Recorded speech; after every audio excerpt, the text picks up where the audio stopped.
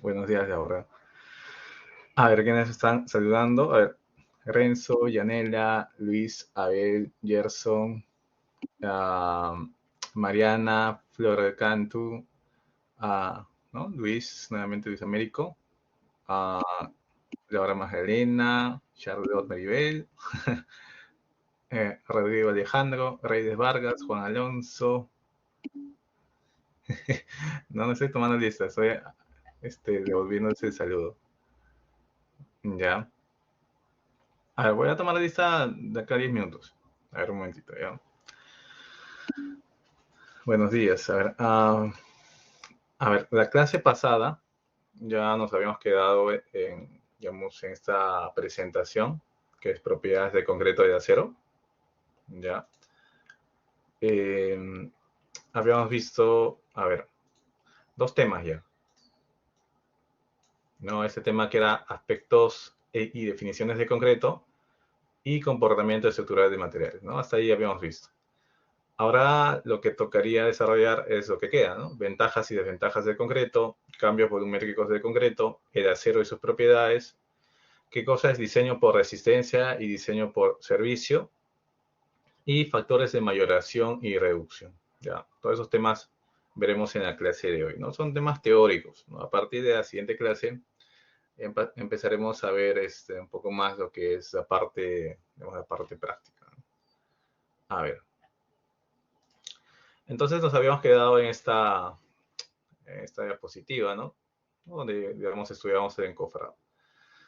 Ya, entonces empezamos. A ver, dice propiedades de concreto y de acero, ¿no? Ventajas de concreto reforzado, ¿no? Frente a, frente a otros materiales como el acero o la madera, ya, el concreto presenta las siguientes ventajas. Dice, capacidad de resistir simultáneamente la función arquitectónica y estructural. Al ser colocado en estado plástico, el concreto se amolda al encofrado y de este modo es posible lograr la forma y textura deseada. Entonces acá, por ejemplo, tenemos dos imágenes, ¿no? Con, digamos, estructuras no tan convencionales, ¿no? Este techo, digamos, con esa forma especial, no la podemos lograr con un adecuado encofrado, ¿ya? Y también podemos calcularlo y analizarlo, ¿no? De hecho, ya no es tan sencillo analizar esta losa como una losa plana, ¿no? Pero sí se puede hacer, ¿no? Perfectamente se puede hacer. Ya, y también estas, digamos, no sé, ¿cómo podemos llamar? ¿No? Columnas tipo Y inclinadas, ya, que también se pueden analizar, ¿no? Acá lo único que se tiene que hacer, no más que tener, digamos, un poco de temor a este tipo de estructuras, es hacer un adecuado análisis estructural y conocer realmente qué, digamos, fuerzas internas está sometido esos elementos, ¿no? Una vez que conocemos las fuerzas internas, podemos diseñar fácilmente, ¿ya? ¿Qué más? A ver, ventajas de concreto reforzado, ahora, digamos. Dice, se logran fácilmente estructuras continuas o hiperestáticas, ¿no? Con monolitismo entre los elementos estructurales que favorece el comportamiento de las estructuras, ¿no? Ya, ¿qué quiere decir que es una estructura continua, ¿no? Que, digamos, por ejemplo, si tengo vigas de varios tramos, por ejemplo, ¿no? Unas vigas continuas, ¿ya? Que es hiperestático, que obviamente tiene muchos apoyos, ¿no? Muchos apoyos, ¿ya? Entonces, tiene grados de hiperestaticidad altos, ¿no? Y eso es conveniente, ¿no? Porque a medida que tenga más grado de hiperestaticidad, en realidad es un factor, digamos, de seguridad, ¿no? Porque imagínense que tenga una estructura con tres apoyos, o con tres, así como el marco clásico que siempre han analizado, ¿no? Y si uno de esos apoyos falla, pues obviamente ya se puede convertir en una estructura inestable, ¿no? Entonces, en cambio, si tenemos un grado de hiperestaticidad alto, si por más que, digamos, algún elemento falle, todavía hay un grado de seguridad porque los otros elementos tomarán esos esfuerzos, ¿no? Ya, ¿qué más? Segundo, dice, su resistencia a la compresión, similar a la de las piedras naturales, es alta, lo que hace apropiado para elementos sometidos principalmente a compresión, tales como columnas y arcos. El concreto es un material muy bueno a la compresión. Eso ya lo saben ustedes. Y, digamos, elementos estructurales clásicos que trabajan a compresión, ¿no? Las columnas y los arcos. Entonces, de hecho, en columnas y arcos, la primera opción siempre debería ser concreto, ¿no? Después, tiene gran resistencia a la compresión en comparación con otros materiales, ¿ya? y bueno, y también es económico, ¿no? Su alta resistencia al fuego y su capacidad de resistir acciones corrosivas, ajá, el concreto puede estar en contacto con el fuego aproximadamente unas 3 horas sin necesidad de utilizar recubrimientos antifuegos, ¿ya? Es importante este tema de la resistencia al fuego, sobre todo en temas de seguridad en edificaciones. ¿Ya? Por ejemplo, en edificaciones como, por ejemplo, centros de salud, hospitales, usualmente siempre se hacen de concreto por ese tema de la alta resistencia al fuego, ¿no? En cambio, el acero estructural, por ejemplo, no tiene tanta resistencia como el concreto, ¿no?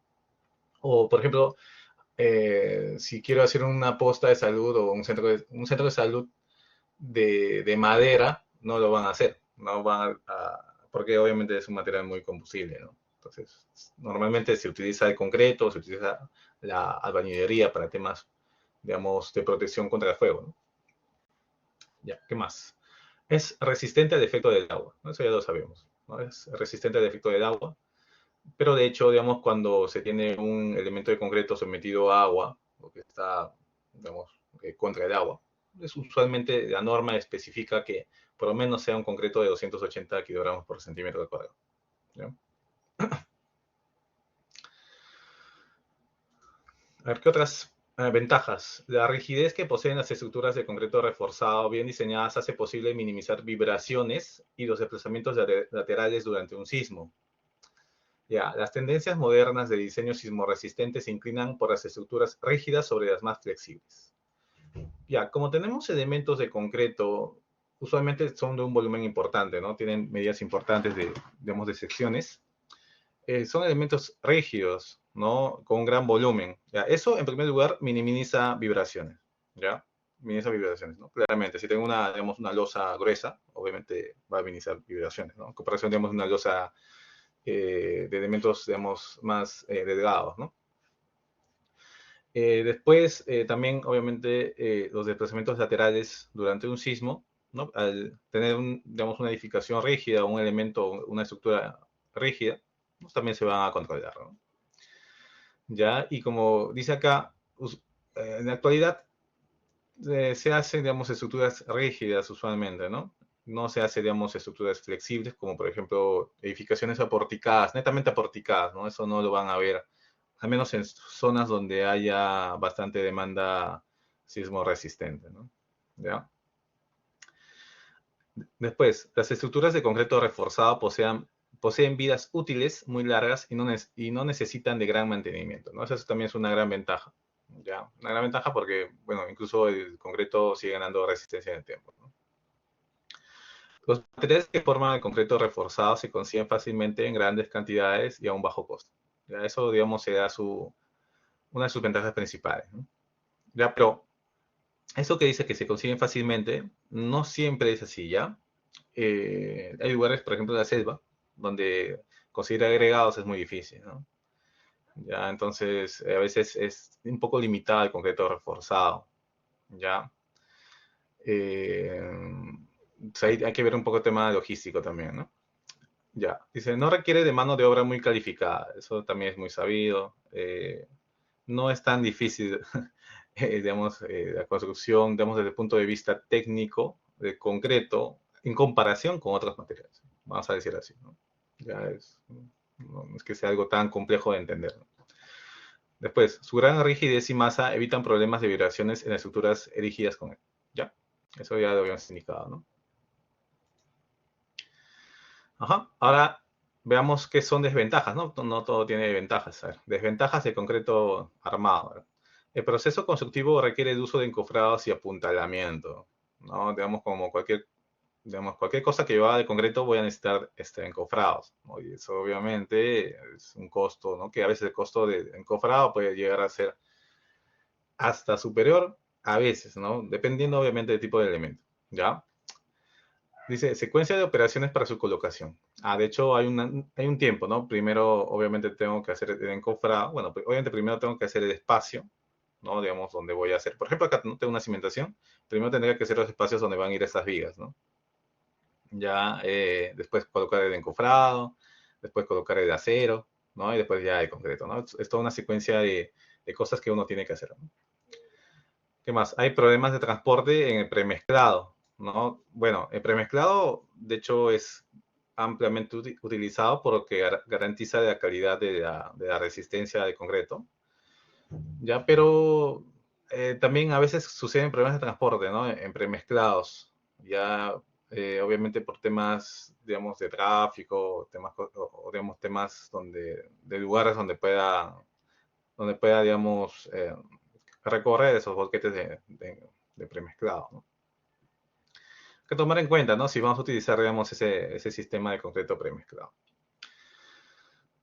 Ya, a ver, bueno, todo, ¿no? A ver, ¿qué más? Necesidad de obras adicionales muy elaboradas para la colocación en el sitio. Ya, a veces, ¿no? A veces es necesario hacer eso, ¿no? ¿No? Es una desventaja, ¿no? Después, baja resistencia por unidad de peso y volumen. Gran parte de la resistencia de una estructura de concreto reforzado es destinada a soportar su propio peso. Ya, una desventaja de concreto es que tiene un peso muy alto, ya en comparación con su resistencia, ¿no? Digamos, si yo tuviera de otro material, digamos, el acero, comparado, digamos, al concreto, voy a decir, la resistencia del acero, ustedes saben también, es muy alta comparada con su peso, ¿no?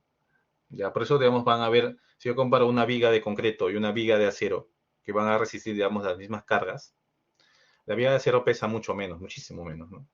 Ya, muchísimo menos. Obviamente el acero es un material muy caro, ¿no? Pero si comparo, digamos, si me olvido un poco del costo, en términos de peso, hay una desventaja de concreto. Ya. Su relación resistencia a la compresión versus peso está muy por debajo que la correspondiente de acero, ajá, el cual es más eficiente cuando se trata de cubrir grandes luces, ¿ya? Claro, porque el acero necesita secciones más pequeñas, ¿no? El concreto requiere mayores secciones y por ende el peso propio es una carga muy importante en el diseño. ¿Ya? Entonces, por eso en naves industriales van a ver que usualmente se usa acero estructural, ¿no? Porque las luces son muy grandes, ¿no? Entonces ya usar concreto requeriría digamos, secciones muy grandes que pues no convienen.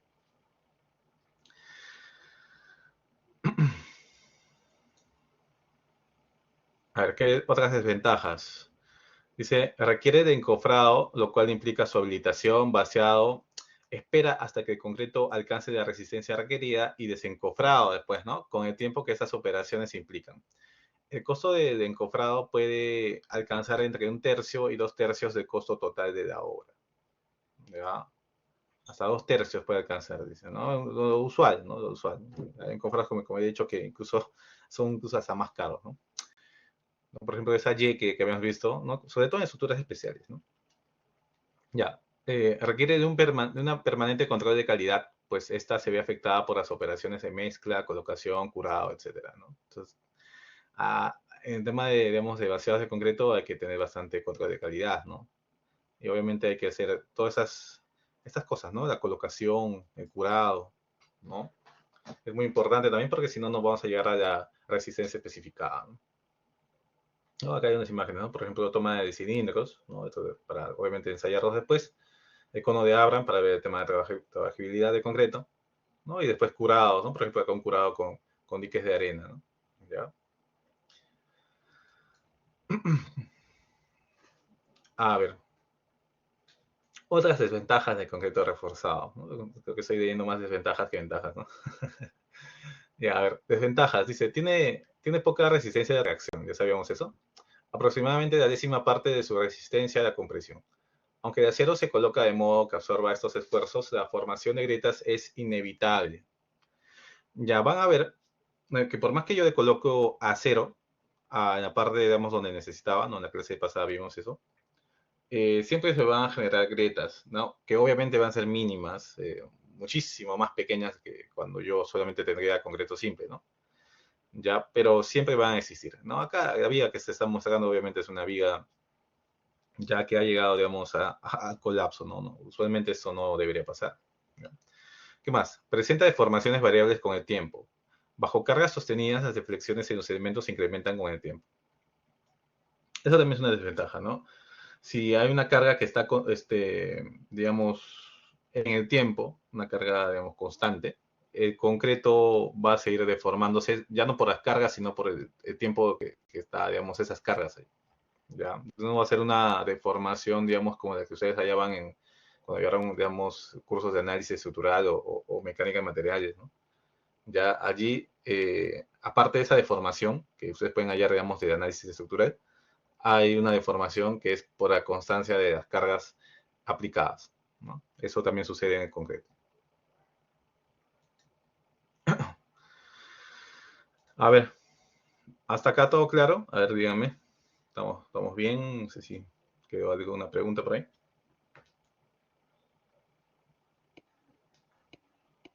¿Todo claro? Ya, genial. Ujú, ujú. Ajá. Ya, gracias por confirmar. ¿A dónde me había quedado? Ah, acá estamos. Ya.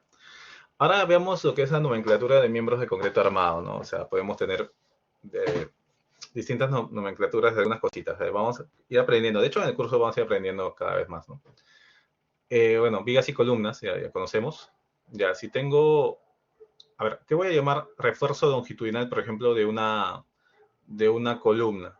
Siempre el refuerzo longitudinal será en el eje longitudinal del elemento, ¿no? Ya sea columna o viga. Para la columna, voy a marcar esto, a ver, lo que estoy marcando, ¿no? Estos serán los refuerzos longitudinales, ¿no? Los que estoy marcando, ¿no? En las columnas, ¿ya? Y en las vigas, como había indicado, son los refuerzos que van en el eje longitudinal del elemento, ¿no?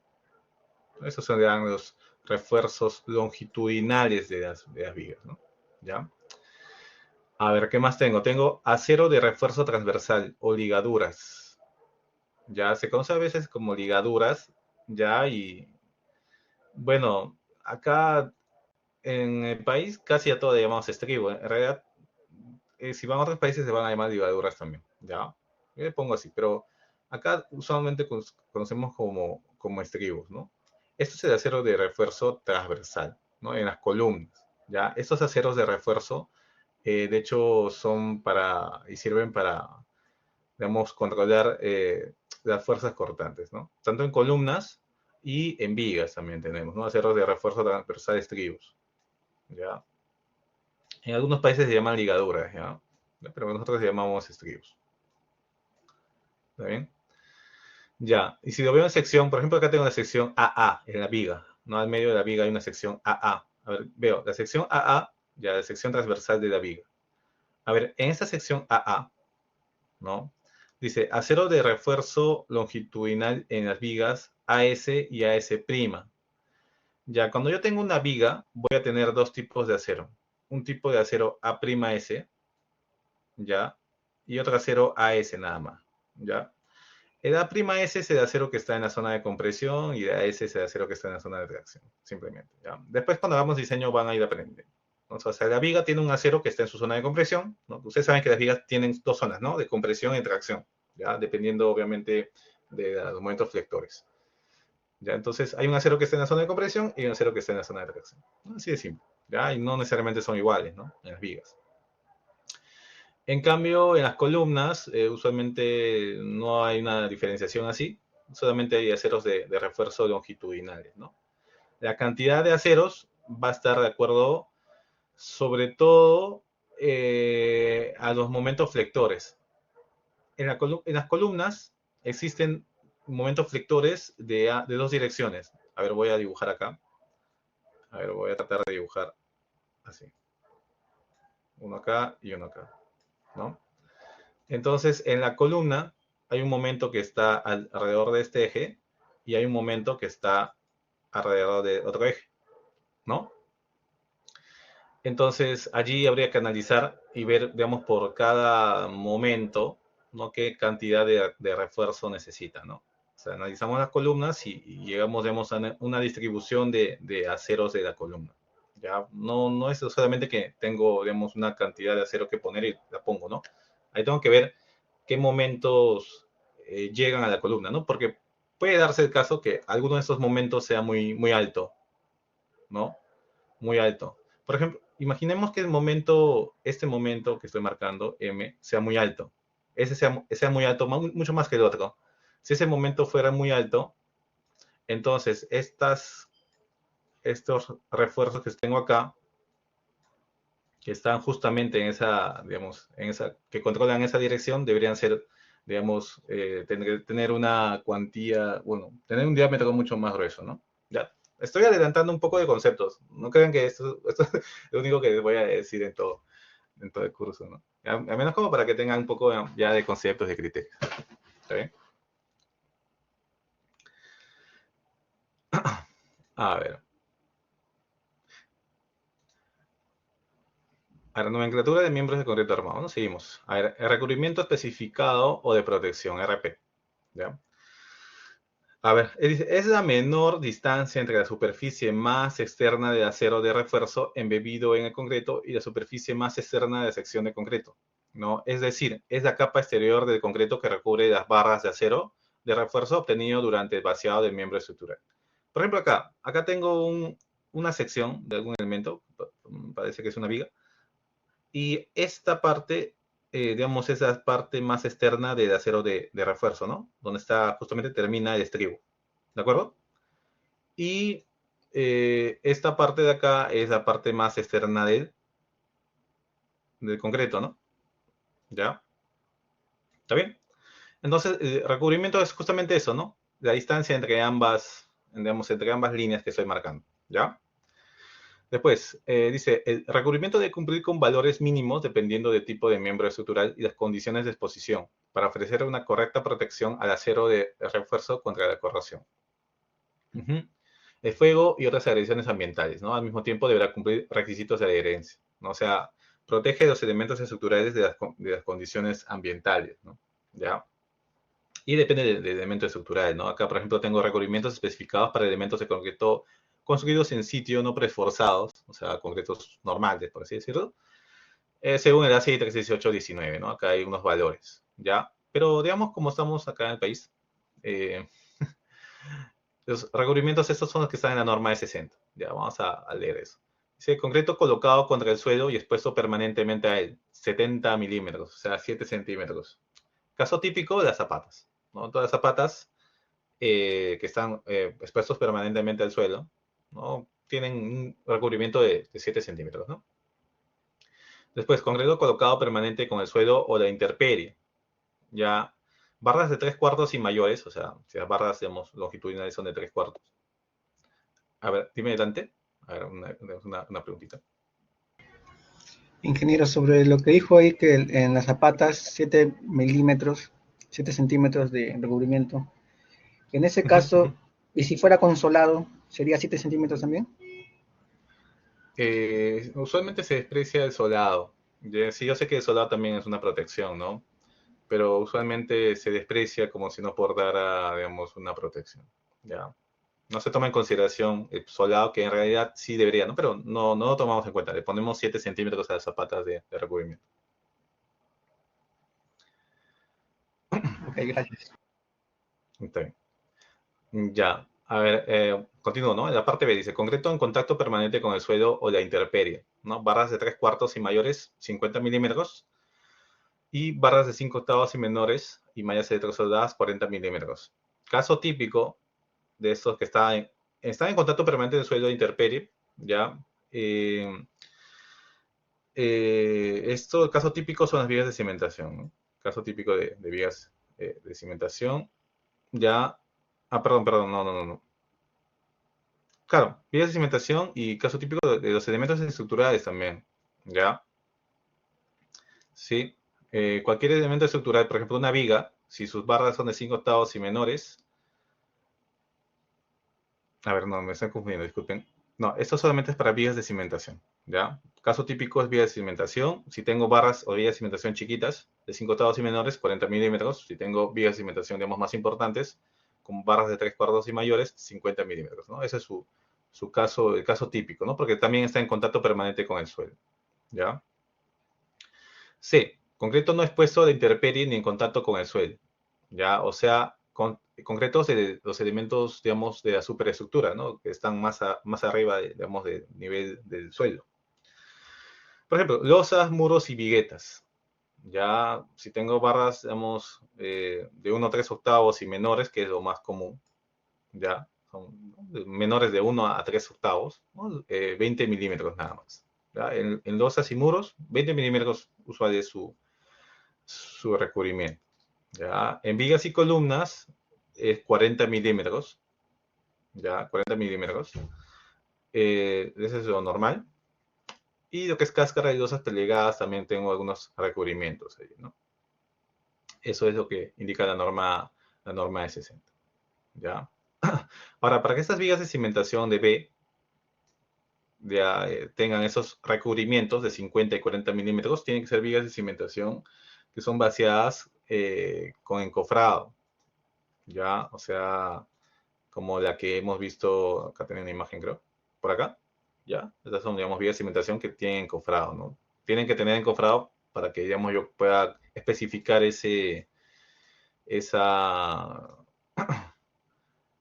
digamos, ¿cómo se puede decir? Este recubrimiento, ¿ya? Si no fuera así, tendría que colocar 70 milímetros. Uh -huh. Ya. A ver, ¿qué más? Seguimos con el recubrimiento. Dice, para garantizar la posición correcta de acero de refuerzo dentro de los encofrados, de modo que se cumpla con los recubrimientos establecidos por las normas y el proyecto y que se mantenga la distancia entre barras de refuerzo, se recomienda utilizar separadores y soportes de mortero o de concreto, ¿no? O sea, acá hay unos deditos chiquitos de concreto que lo ideal sería que fueran de la misma resistencia de concreto, ¿no? Ya, lo ideal. Eso, siempre se pone, ¿no? Porque, digamos, esas medidas, estos elementos, tienen que tener, digamos, el tamaño del recubrimiento, ¿no? Sobre eso va a ir, digamos, el refuerzo, digamos, armado, ¿ya? De cada elemento. Eso tanto, digamos, en vigas de cimentación, también en vigas normales, ¿no? También, obviamente, en cimentaciones, ¿ya? Siempre se utiliza esos elementos.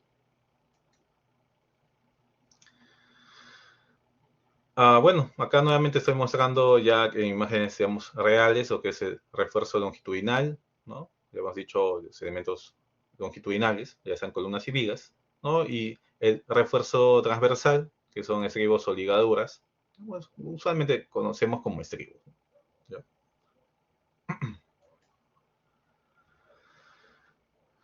¿Qué más? A ver, dice, el acero se colocará en la zona adecuada para resistir la totalidad de los esfuerzos de tracción, ¿no? Porque el acero nos ayuda con los esfuerzos de tracción y una parte de los esfuerzos de compresión, corte y torsión. El acero también aporta, digamos, resistencia a la compresión, al corte y a la torsión, ¿no? También lo tomamos en cuenta. En el caso de concreto, solamente de concreto, solamente tomamos en cuenta su aporte al corte y a la compresión, ¿ya? Acá tengo algunas imágenes, ¿no? Son imágenes también de, digamos, de armado.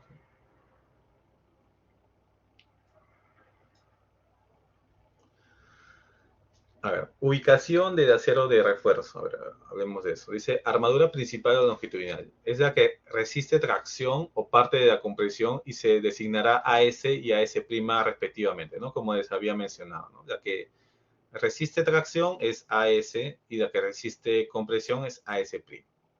¿Ya? Se coloca a lo largo del eje longitudinal del elemento.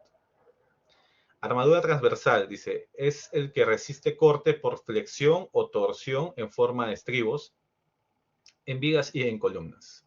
Se colocan en el plano de la sección o inclinadas enmarcando las barras principales a separaciones pequeñas.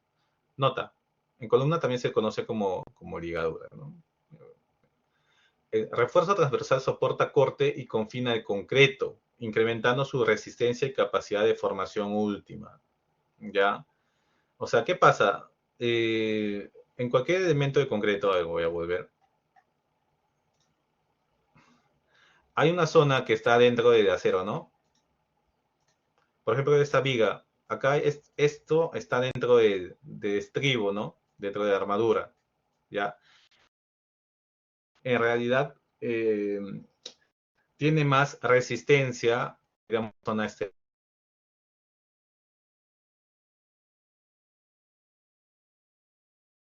¿no? Se llama núcleo confinado. No, ya vamos a ver por qué gana resistencia, gana utilidad, ¿no? Esa zona que está allí. Ya a eso me estoy refiriendo, digamos, en esa diapositiva, ¿no? Y siempre va a existir esa situación, ¿no? Porque, vemos, el acero ahí está encerrando una cantidad de concreto.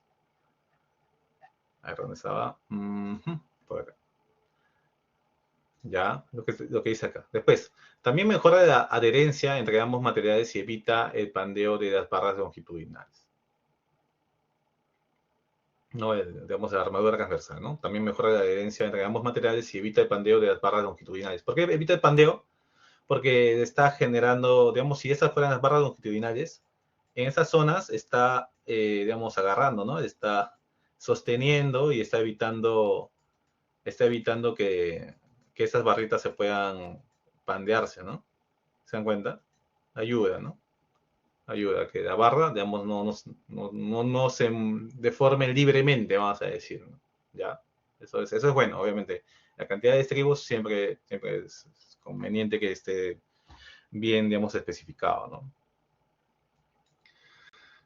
Ya. A ver, seguimos en adelante. A ver.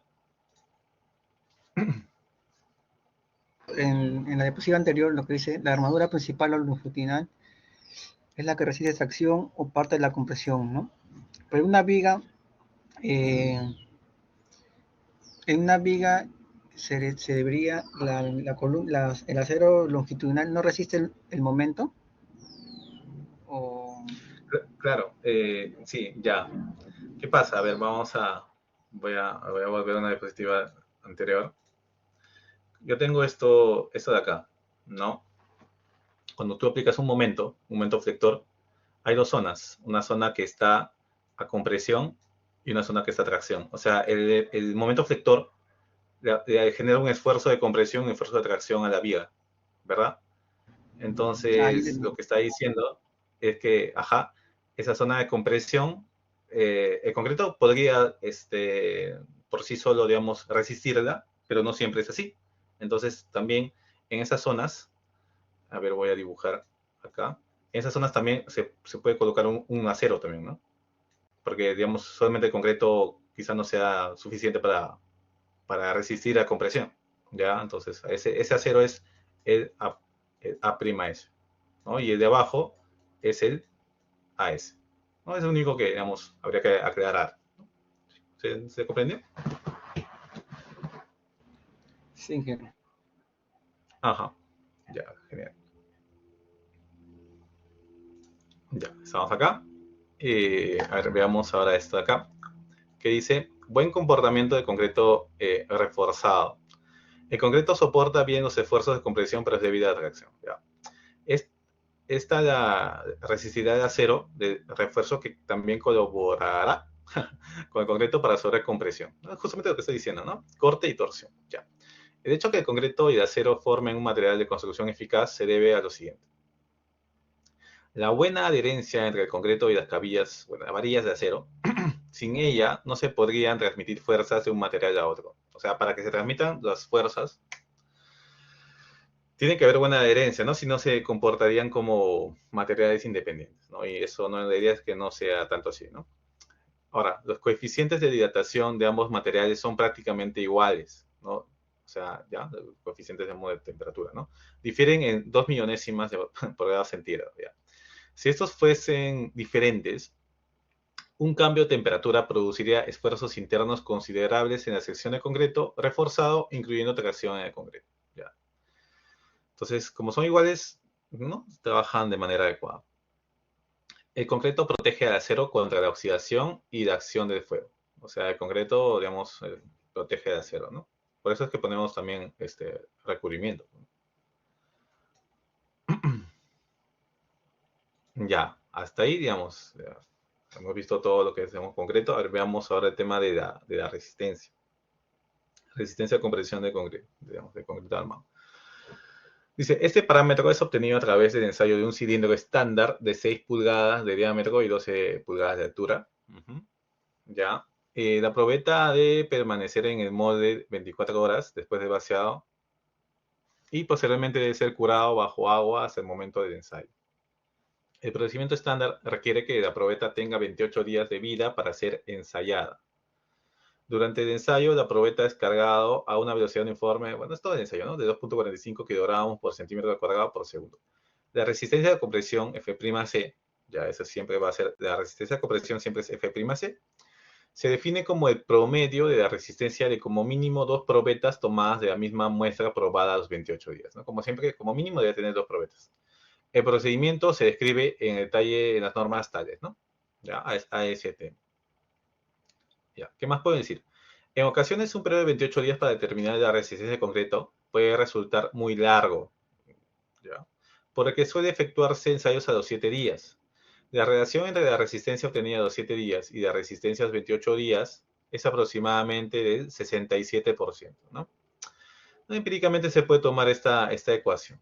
¿Ya? Dice, en la siguiente tabla se muestran las relaciones entre la resistencia del concreto a una determinada edad y su resistencia a los 28 días.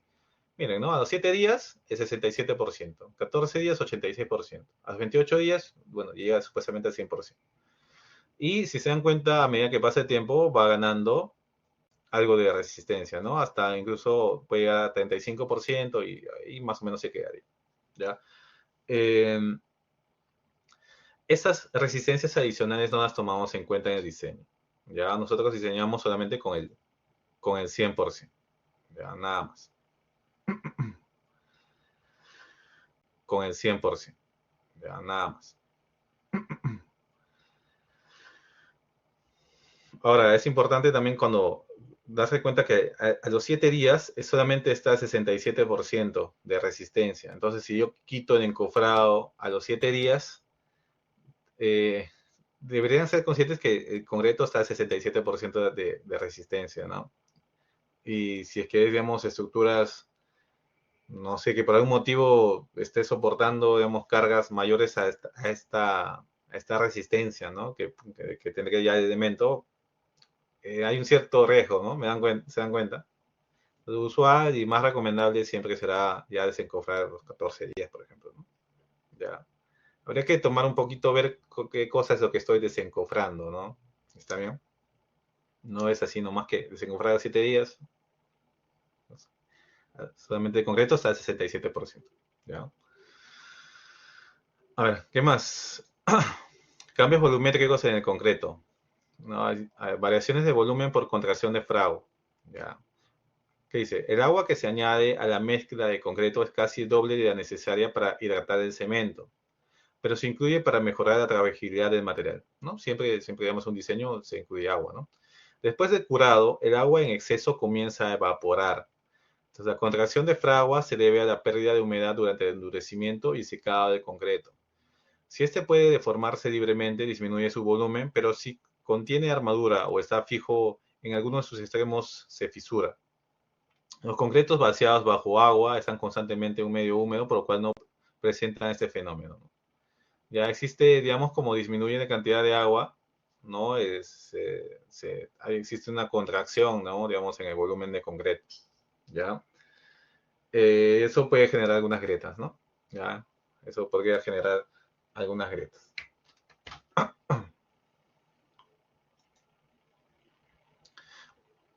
Usualmente estas grietas se controlan con acero de refuerzo, ¿no? Con acero de refuerzo.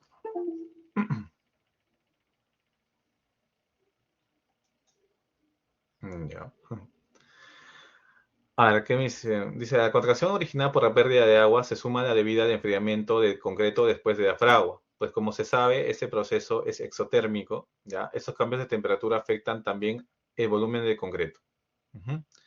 Además de la contracción por secado, existe otro tipo de contracción, ¿ya? Se trata de la contracción por carbonatación, ¿no? Bajo condiciones especiales, esta puede llegar a igualar la magnitud de las deformaciones por secado, ¿ya? Hay un fenómeno que se llama carbonatación de concreto, ¿ya?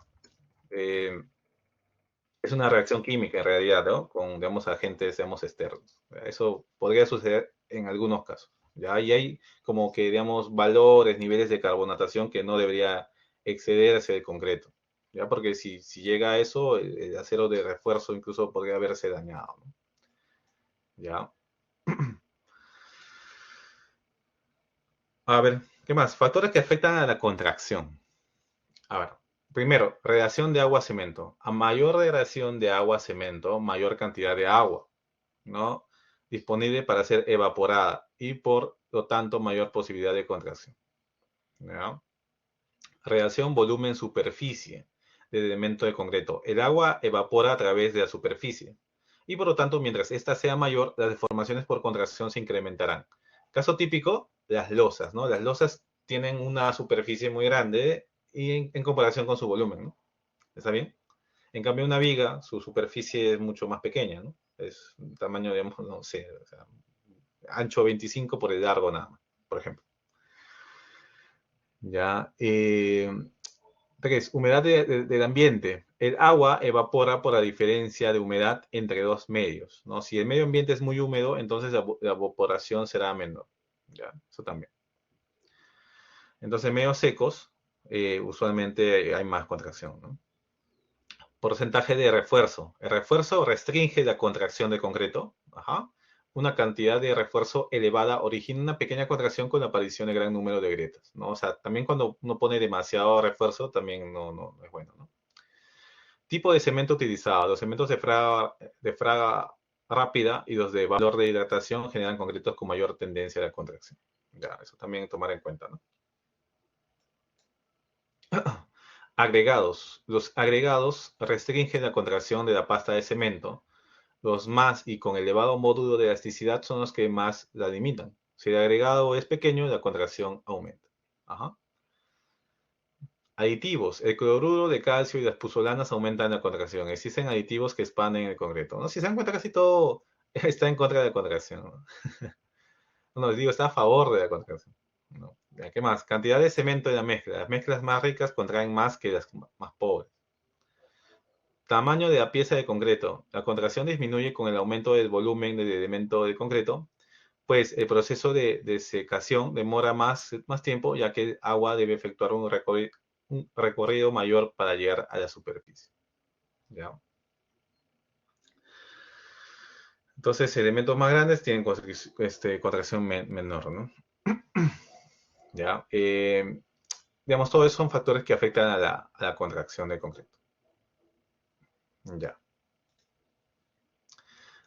Ah, no llamó lista, ¿no? A ver, voy a llamar lista, a ver, un momentito, así, como para que se distraigan también. A ver, voy a llamar lista un momentito. Atentos, ¿no? Atentos a la lista.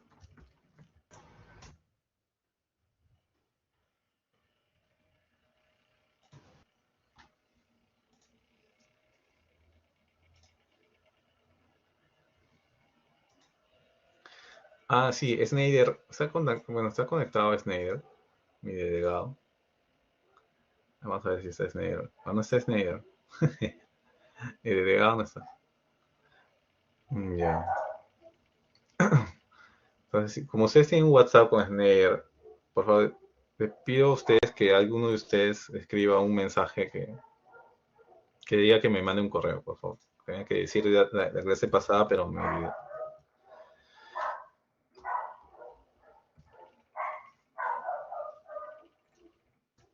Ya.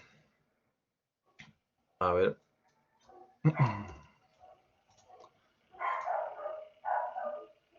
A ver. Anthony Arnido. Anthony. Presente, profesor. Gracias. Ya. Gracias. Luis Arones.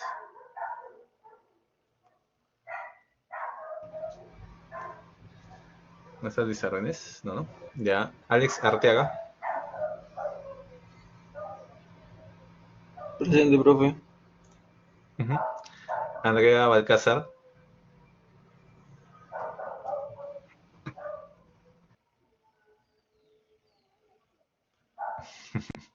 Ya. Luis Calle. Presente, profe. Cristian Camacho. Ajá. Sí, sí escuchó. Cristian Camacho. Presente, Ya, profesor. presidente, ¿no? Ujú. Dayeli Campos. Ah, Dayeli. Ya. Sí. Snyder no está, ¿no? Mi delegado, ya. Yanela Ciesa.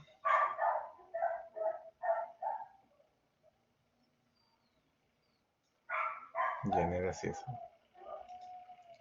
Alexander Contreras. Judith de la Cruz. Miguel Delgado, ya. Presente, profe. Ajá. Candy Dolores. Ya. Mariana Fernández. Presente, profe. Ujú. Javier Flores. Ya. Rodrigo Gamarra. Presente, profesor. Ujú. Gustavo Gómez. Presente, profesor. Ya. Charlotte Guamán. Ujú. Rudy Jauregui. Ajá. Andy Manosalva. Ujú. Ya. Juan Midma.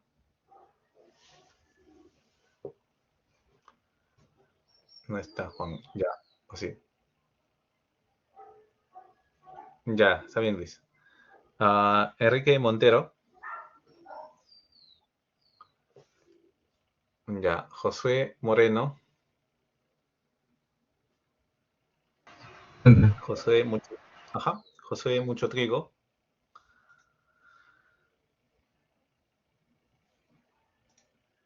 Ya. Anderson. Me perdí. Anderson no va. Ajá.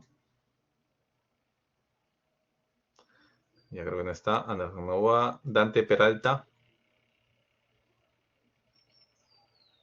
Presente, profesor Peralta. Ya. ¿Verdad, Dante? Ajá. Ya. Brian Poemape.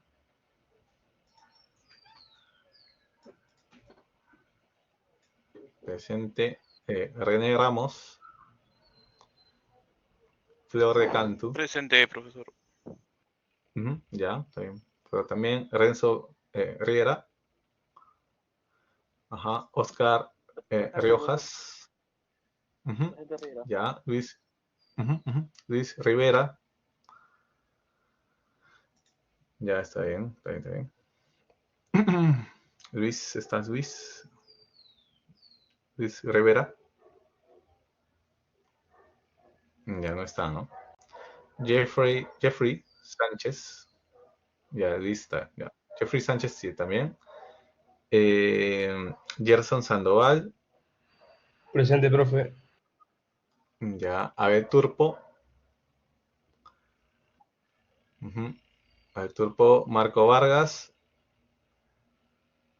Reyes Vargas también. Los Vargas. Ya. Reyes Marco no está, ¿no? Ya. Nicole Ventura. Laura Vilches. Y Álvaro Sea. A ver. Ya. Estamos todos, ¿no? Ya está. Profesor, disculpe, me tomó presente Dante Peralta, creo que tuvo un problema con el audio. Sí. No te preocupes. Sí estás en la lista.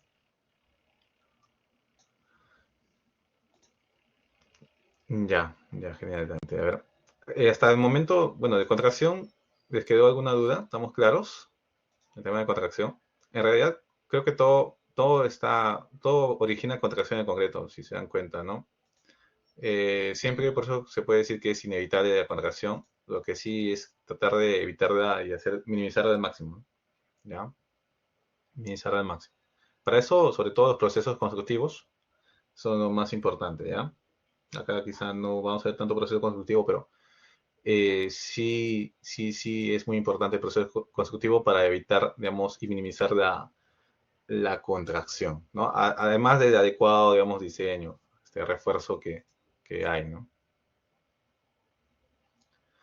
No por más que esté bien diseñado, si no hay un proceso constructivo adecuado, van a aparecer las grietas de contracción.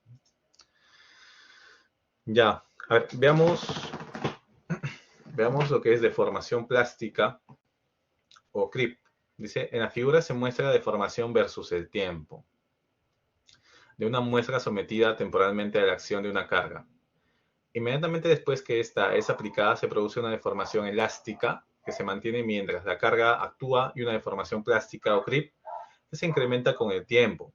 Ya, al retirar la carga, la muestra presenta instantáneamente una recuperación elástica de la deformación, ¿no? Hay una deformación que se recupera. Esta, sin embargo, no iguala a deformación elástica lineal. Asimismo, se produce una recuperación plástica. la cual después de un cierto periodo de tiempo se estabiliza manteniéndose una deformación permanente en la muestra. Ustedes saben que cuando uno supera el rango elástico de un elemento, de un material, ya empiezan a existir deformaciones permanentes, ¿no? Entonces, esto es lo que puede pasar en algún elemento que no tenga, digamos, una sección importante, ¿no? ¿Ya? Pueden existir deformaciones permanentes, ¿ya? Si, por más que, digamos, yo aplico una carga, imagínense, ¿no? Una carga, digamos, muerta, un equipo, ¿ya? Un equipo, digamos, de aire acondicionado que esté en el techo. Por ejemplo, una carga que siempre está, ¿no?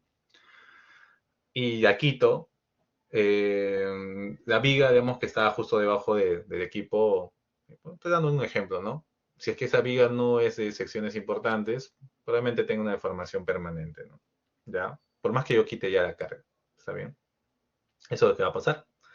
Dice, la deformación plástica se debe a la disminución del espesor de la capa de agua que rodea las partículas de los compuestos de la hidratación de cemento.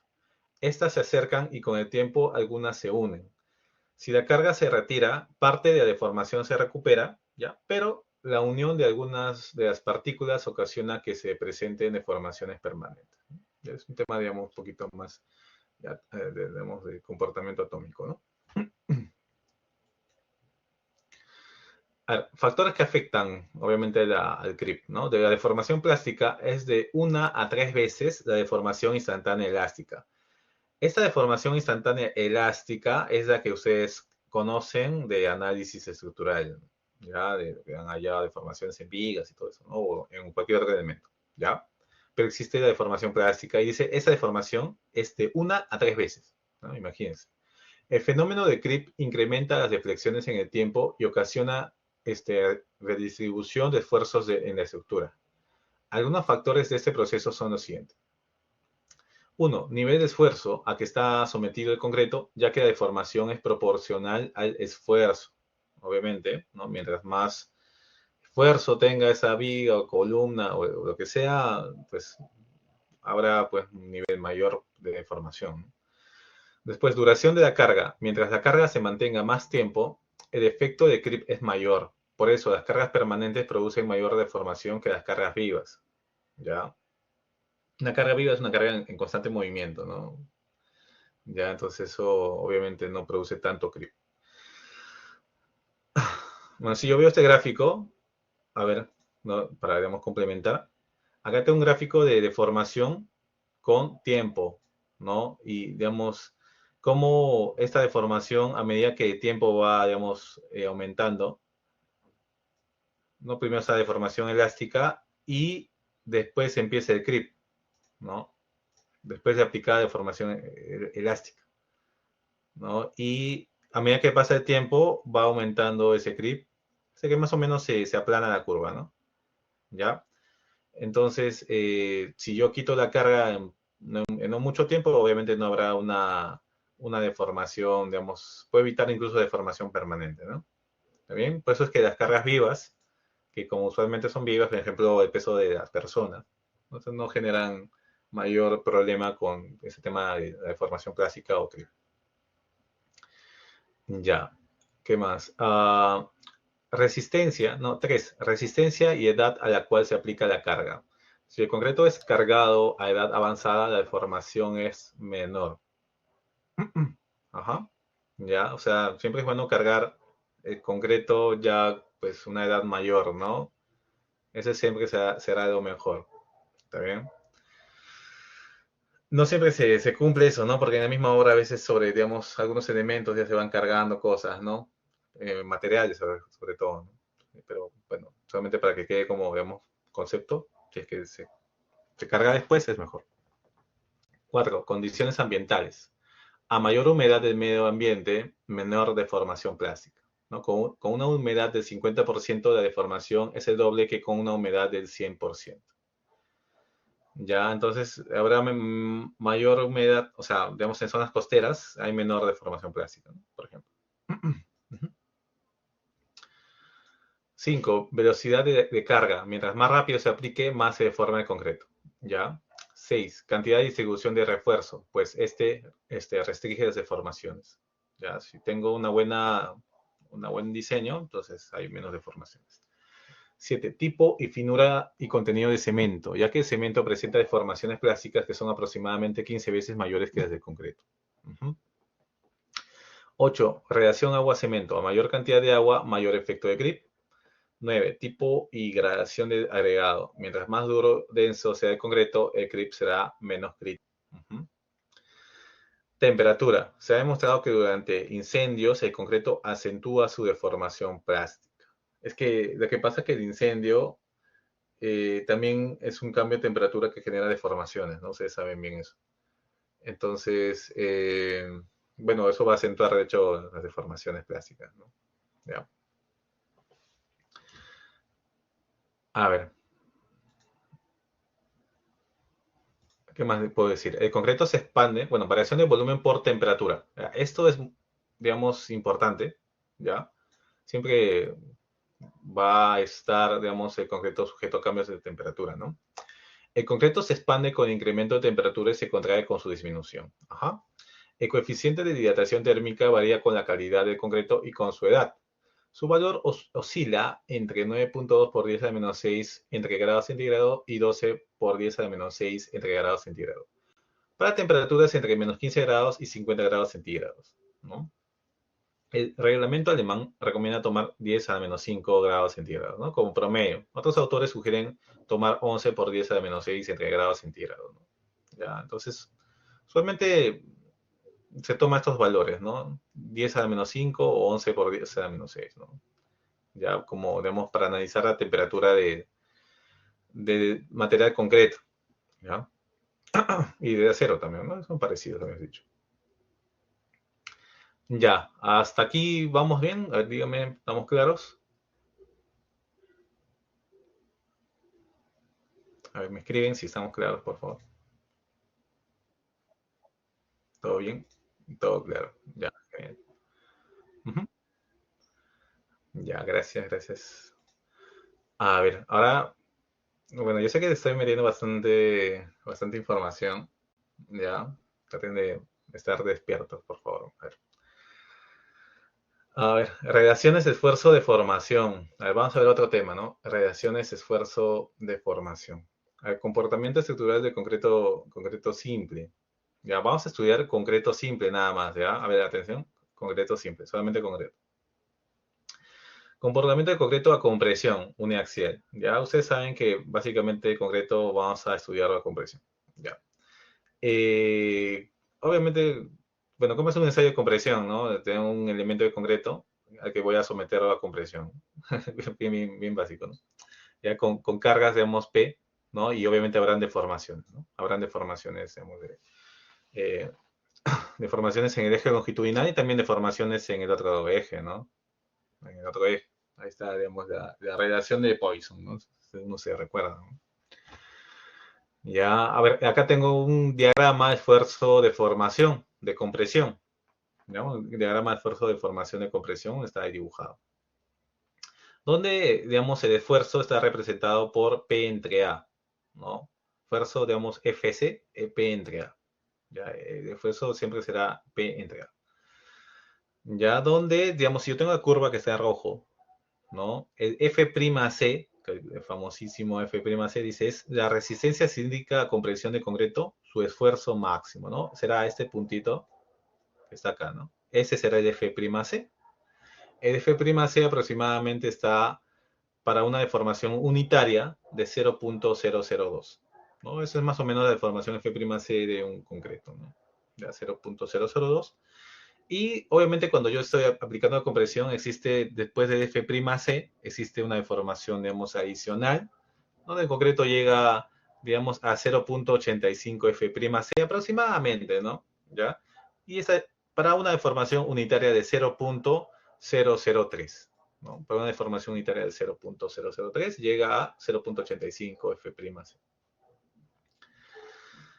Ya. Ahora, esta curva de esfuerzo de formación a compresión, voy a decir a compresión, no tiene, digamos, un módulo de elasticidad, ¿cómo se puede decir? Un módulo de elasticidad inicial constante, una zona elástica, ¿no? Si se dan cuenta es una curva, ¿ya?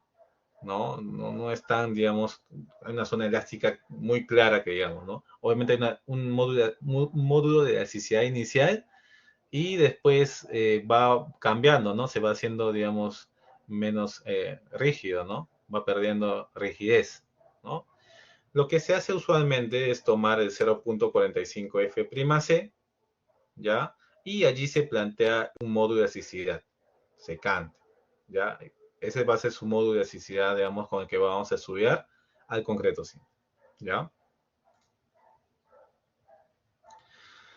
Ese módulo de elasticidad, ¿no? Ese módulo de elasticidad secante, ya. A ver, ¿qué más puedo decir? La deformación correspondiente al punto de mayor esfuerzo de compresión es mayor para concretos más resistentes. Sin embargo, para los de menor resistencia es casi constante a igual a 0.002. ¿Ya? O sea, miren, si yo pongo 0.002, esa sería la recta, ¿no? ¿Ya? Dice, nuevamente voy a leer. La deformación correspondiente del punto de mayor esfuerzo de compresión es mayor para concretos más resistentes. O sea, si yo veo, ¿no? Concreto, por ejemplo, de F'C 7550 PSI, o sea, 750, ¿no? A ver, no. A ver, en PSIs, a ver, déjeme, me estoy mareando. Un esfuerzo de 3000 PSIs es 2210, 6000 será 420, ¿no? Es por 70, a ver, vamos a ver. A ver, ese 7550 es, eh, es 7 puntos,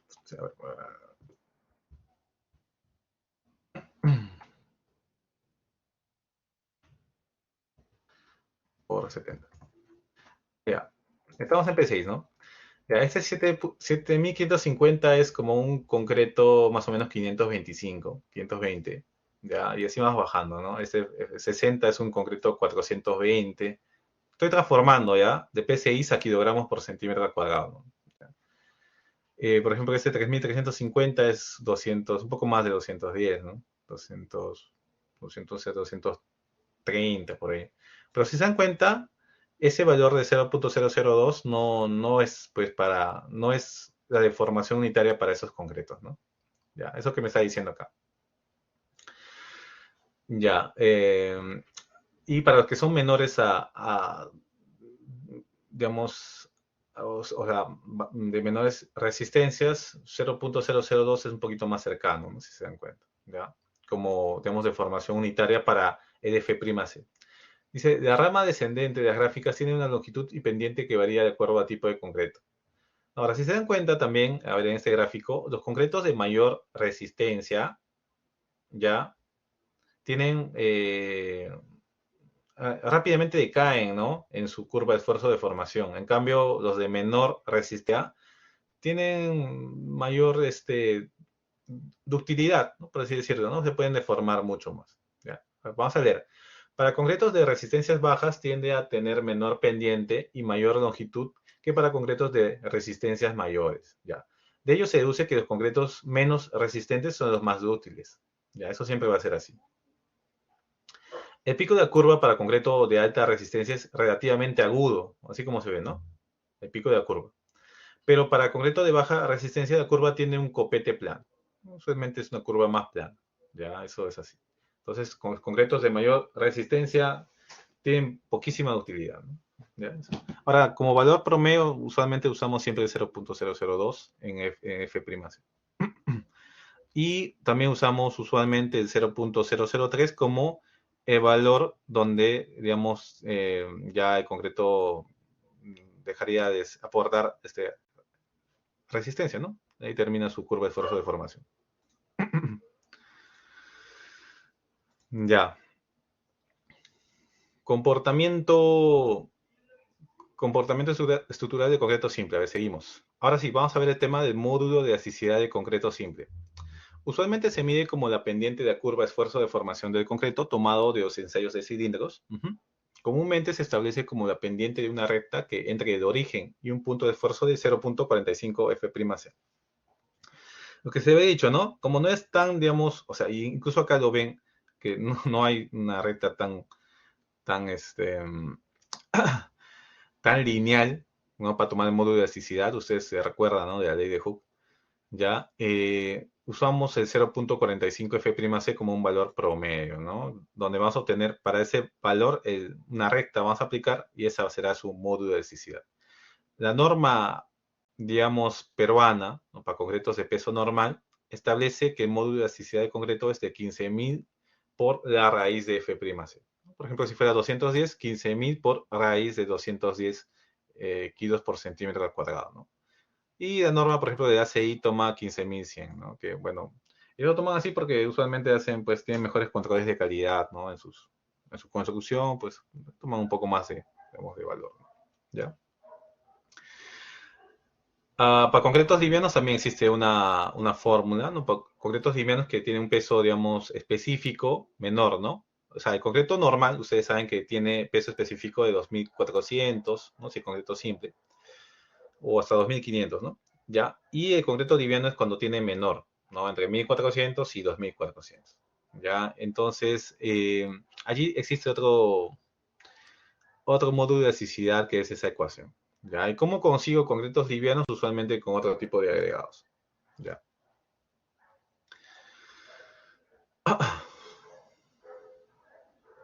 A ver, acá estamos claros en este tema de cómo se obtiene el módulo de elasticidad, la curva de esfuerzo de formación de concreto.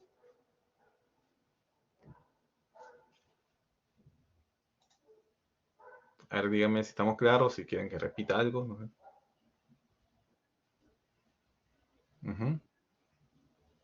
Ya, genial.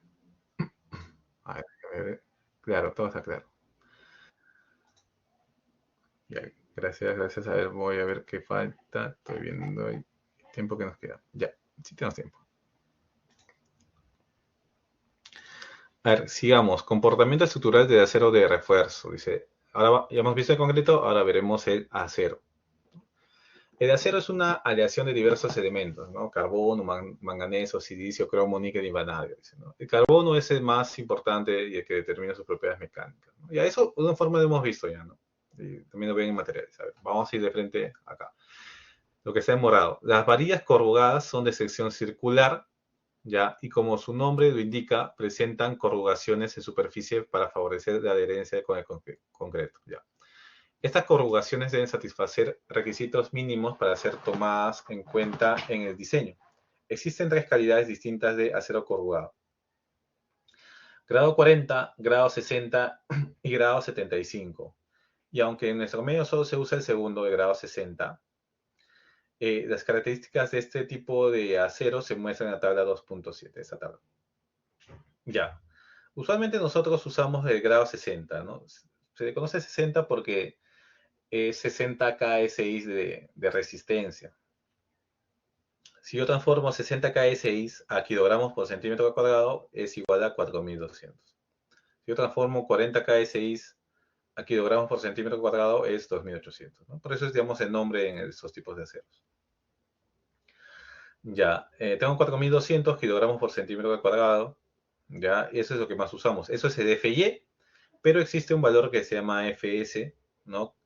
Que dice que es la resistencia mínima de atracción a la rotura, 6.300. Ya, FY, ustedes saben que es el esfuerzo de fluencia, ¿no? Por ejemplo, vamos a ver el grado 60. Ya, que estaría por acá, ¿no? Este sería el FY, ¿no? Que está en 4.200 más o menos, ¿no? Ese es el FY. Pero existe un FS que estaría por acá que es superior, ¿no? Y que, bueno, me dicen que para el grado 60 es 6.300 aproximadamente. ¿Ya? 6.300, ¿no? Ahí también lo pueden ver. Nosotros, conservadoramente, diseñamos solamente con FY, ¿ya? No tomamos en cuenta esa, digamos, endurecimiento que sucede en el acero cuando digamos, después de la afluencia, ¿no? ¿Ya? Diseñamos solamente con FY. Ya, ¿qué más? Dice, relación esfuerzo de formación del acero. En la figura se puede apreciar una porción de la curva de esfuerzo de formación para aceros de diversos grados. ¿Ya? Como se observa en la fase elástica, los aceros de distintas calidades tienen un comportamiento idéntico y las curvas se confunden. O sea, el módulo de elasticidad es parecido, ¿no? O sea, eso ya lo sabían también ustedes digamos, de cuando llevaron cursos, creo que de mecánica, ¿no? Acá el módulo de elasticidad es parecido, es una zona elástica, ¿no? O sea, como la pendiente del alfa es la misma, todos los aceros usualmente tienen el mismo módulo de elasticidad. Ya, dice, el módulo de elasticidad es definido como la tangente del ángulo alfa, ¿no? Justo lo que estoy diciendo. Por lo tanto, este parámetro es independiente del grado de acero y se considera igual a, bueno, esto es para norma americana, 2039 kilogramos por centímetro cuadrado, pero en la norma peruana lo, digamos, redondeamos a 2 millones, ¿no? Kilogramos por centímetro cuadrado, ¿no? Ese es el valor, digamos, del módulo de elasticidad con el que vamos a trabajar. ¿Ya? Siempre con lo que dice la norma peruana de 60, ¿no? Bueno, acá hay una curva de esfuerzo de formación de acero, ¿no? Dice, a ver, capacidad de un elemento, sección o miembro estructural de incursionar en deformaciones inelásticas sin pérdida apreciable de su resistencia. A ver, el FY empieza acá, ¿no? Y para ese FY hay una deformación unitaria de fluencia. Ya, digamos, toda la deformación que pueda llegar el acero termina acá, ¿no? Digamos, en la fractura. Para esa fractura existe una deformación última, ¿no? Una deformación unitaria última. Ese rango, ¿no? De utilidad se va a llamar, es igual al cociente, ¿no? De la deformación última entre la deformación de fluencia, ¿no? Entonces, mientras más deformación última tenga un elemento, será útil, ¿no? Mientras más deformación última en comparación con su deformación de fluencia. Ya, eso será, digamos, la utilidad de reacción de acero, ¿no? Obviamente eso es conveniente, ¿no? Que tenga mayor ductilidad, ¿no? Porque eso le da capacidad de formación. O sea, significa que no llega a fracturarse, o sea, a romperse, a colapsar, a dañarse definitivamente, ¿no? Pero se va a ir deformando, ¿no? Se va a ir deformando. Eso es bueno. Si yo comparo eso con el concreto, miren, ¿no? El concreto tiene muy poca ductilidad, poquísima, ¿no? Si yo, digamos, hago la utilidad, hago el ensayo, digamos, el ejercicio, acá sería como a lo mucho de 2, ¿no? En mejor de los casos. En cambio, en el acero, pues, muchísimo más, ¿no? Muchísimo más.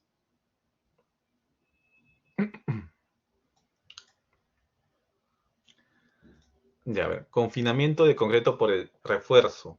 A ver, vamos a hablar de confinamiento. Dice, es un hecho comprobado mediante ensayos, ¿ya? Que la resistencia y la capacidad de formación de una probeta cilíndrica de hormigón aumenta cuando ésta se encuentra sometida a una compresión radial uniforme en toda su superficie lateral, ¿ya? La resistencia de hormigón confinado se expresó tradicionalmente en función de la resistencia de hormigón sin confinar, FC, y de compresión lateral de confinamiento según. Hay unas ecuaciones, ya, de diversos autores. No está normado esto, ya son ecuaciones, digamos, de ensayos, simplemente, donde se puede obtener el F'C confinado, ¿no? ¿Ya? F'C confinado, o sea, yo tendría, digamos, el concreto simple como tal, ¿no? Si yo veo mi concreto simple, tendría un F'C, ¿no? Pero para el concreto simple. Pero ¿qué pasa? Cuando yo tengo un concreto confinado, ese concreto simple, ¿no? Que esta curva que tenemos acá, ya sería en este gráfico la curva que está acá, esta de aquí simplemente. ¿Ya? Sería esa curva. Pero ¿qué pasa? Este concreto que está acá es un concreto simple no confinado. ¿Ya? Es un concreto simple no confinado, pero el concreto confinado es este concreto que se había indicado que estaba en esta zona de acá, ¿no? Todo lo que está dentro de, digamos, de la zona restringida por el refuerzo, ¿no? ¿Ya? Ese concreto tiene mucha más resistencia, ¿no? Y hay unas ecuaciones que me pueden ayudar a hallar ese valor de resistencia que sería, digamos, este de acá, ¿no? ¿Está bien? ¿Ya? Aparte de la resistencia, ese concreto tiene mayor ductilidad, ¿no? Tiene, digamos, un valor, digamos, de formación, una capacidad de formación mucho más grande, ¿no? Que esa capacidad de formación se está dando el confinamiento de concreto. Ya el concreto está evitando, digamos, que la fractura del concreto, ¿no? Digamos, el acero de refuerzo le está, digamos, dando una mayor capacidad. A ver, digamos, ¿qué dice acá? A ver, dice, a ver, es decir, se consideraba que la resistencia de hormigón confinado aumentaba en una magnitud igual a 4 veces la presión lateral de confinamiento, ¿ya? O sea, había mucho más presión de confinamiento. ¿Qué más? En la actualidad se utilizan modelos desarrollados, ejemplo, Mander, Pablo y Priestley, muchísimos, hay muchísimos modelos que definen también la resistencia del hormigón de concreto confinado en función de la presión lateral de confinamiento, ¿ya? Hay muchísimas fórmulas que me llevan a obtener el FC confinado. Acá les muestro, digamos, un diagrama de esfuerzo de formación del FC confinado. Ya les he indicado que tiene mucho más capacidad de formación, tiene mayor resistencia también. Sin embargo, voy a decir algo. Para diseños, nosotros igual no tomamos en cuenta ese aporte de confinamiento y diseñamos con el F'(C) tradicional. Somos conservadores en el diseño, ¿no? ¿Ya? No tomamos en cuenta ese aporte importante en realidad que sucede, ¿ya? Lo tomamos como un margen de seguridad adicional. Ahora, cuando si alguno de ustedes hace un análisis, digamos, no lineal, un análisis, por ejemplo, de pushover, esos análisis, ¿no? que tratan de evaluar el desempeño sísmico, la vulnerabilidad, tienen que hacer y utilizar modelos lo más reales posibles, ¿no? Ya no están diseñando, sino están evaluando cómo se comportaría de manera real, en concreto. Y para eso sí, pues habrían que tomar este F'C confinado, ¿no? Tendrían que evaluar qué tan confinado está su elemento realmente y evaluar su F'C confinado. ¿Está bien? En el caso de acero, a ver, no les había mencionado eso. También, bueno, sí les había mencionado de una forma, el FY, o sea, tomamos este modelo, ¿no? Este modelo es el que diseñamos, pero realmente ese no es el modelo de acero. El acero, como ven en el gráfico de izquierda, tiene mayor resistencia, ¿no? Tiene una curva de esfuerzo de formación digamos, o tiene mayor resistencia. Entonces también cuando hagan ese tipo de análisis de desempeño, no lineales, tiempo, historia, vulnerabilidad, todo lo que hacen a veces en sus tesis, tienen que tomar un modelo que se asemeje más a la realidad. ¿Está bien? Ya, pero para casos de diseño tomamos, digamos, lo más simple. No estamos diseñando conservadoramente de todas formas. Ya, acá hay un gráfico, dice curvas carga axial con deformación para prismas cuadrados de concreto con distinto contenido de estribos cuadrados. A medida que yo le brindo más confinamiento, o sea, le pongo más estribos, ¿no? Por ejemplo, acá hay estribos, me dice, mira, el primero es sin estribos, este que está acá. Es la curva que no tenía estribos, ¿no? Prácticamente es no confinado. Y después tengo estribos de 3,16 pulgadas a no confinado. Y después tengo estribos de 3,16 pulgadas a 2,5 pulgadas, o sea, cada 6 centímetros. ¿Ya? Cada 6 centímetros y sucede esto, ¿no? Se confina de esta manera. Y tengo otra, ¿no? De 3,16 de pulgada cada 38, bueno, 3,8 centímetros, o sea, 38 milímetros, o sea, más confinado. Y se vuelve una curva que gana más resistencia y más utilidad. O sea, mientras confino más, o sea, me pongo estribos menos separados, obtengo mayor ganancia, ya mayor ganancia de concreto, ¿no? Obviamente tampoco hay que exagerar con este asunto, ¿no? Pero sí hay que saber que mientras más confinado, mientras la cantidad de estribos esté más cercana, va a ganar más resistencia y utilidad, ¿no? Ya. ¿Estamos claros ahí?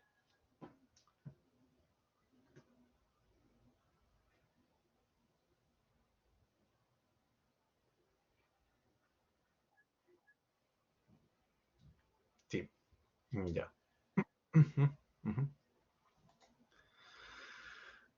A ver, veamos este tema. Ya, gracias por confirmarme. A ver qué me están confirmando. Mariana, Andrea, Luis, Gerson, Rudy. Gracias. A ver, diseño por resistencia y servicio.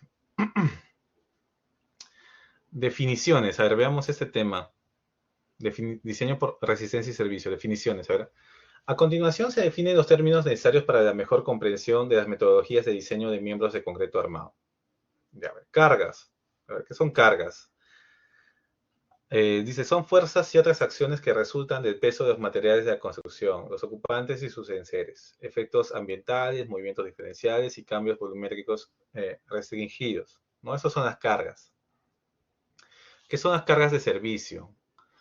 Dice, son todas las cargas estáticas y transitorias que se imponen a una estructura o elemento de ella durante la operación de edificación, sin aplicar factores de carga. O sea, son las cargas tal cual, ya tal cual. ¿No? O sea, no estoy amplificando nada, ¿no? Estas cargas deben emplearse donde lo establecen los reglamentos o códigos normativos, ¿no? Para diseñar o verificar miembros de manera que tengan un adecuado funcionamiento, ¿no? Son en condiciones de servicio, en la vida útil, son cargas normales y también lo que tengo que decir es que no son, digamos, afectadas por ningún factor de seguridad o algo así, ¿ya? ¿Qué más? Cargas mayoradas o amplificadas. ¿Ya? Estas que son, dice, es la carga multiplicada por los factores de carga apropiados. Se utiliza para diseñar un miembro estructural de tal manera que tenga una resistencia adecuada. Cuando diseñamos elementos, usualmente le colocamos una carga, pues, mayorada, vamos a decir. No diseñamos con las cargas tal cual, ¿no? O sea, hay un grado más de seguridad, ¿entienden? Hay un grado mayor de seguridad.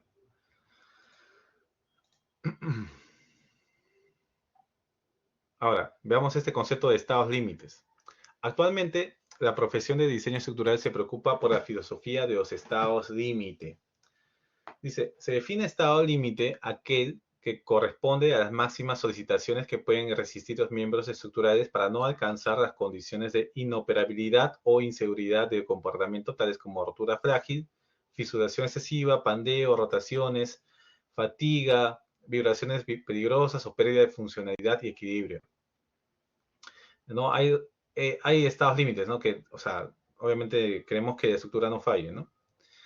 Ya, ahora, los estados límite se clasifican en dos. Estado límite de agotamiento resistente y estado límite de servicio, ¿no? De servicio, o sea, condiciones en servicio. Ahora, vamos a ver qué es el primero. Estado límite de agotamiento resistente, dice, se alcanza para la más desfavorable de las solicitaciones que producen las combinaciones de las cargas mayoradas o factorizadas que actúan sobre la estructura que se analiza. O sea, vamos a analizar por las cargas, estas que he dicho, ¿no? Mayoradas o amplificadas, vamos a analizar que son condiciones, por así decirlo, últimas, ¿ya? Vamos a analizar la resistencia del elemento, ¿no? Eso es lo que me dice estado límite de agotamiento resistente. Ahora dice, mientras que el estado límite de servicio se refiere al desempeño de las estructuras bajo cargas normales, o sea, con las cargas de servicio, ¿no? Sin amplificar. ¿Ya? Y tienen que ver con los usos y la ocupación de las estructuras, ¿no? Usualmente vemos cargas así de servicio, con el uso normal de la estructura, ¿no?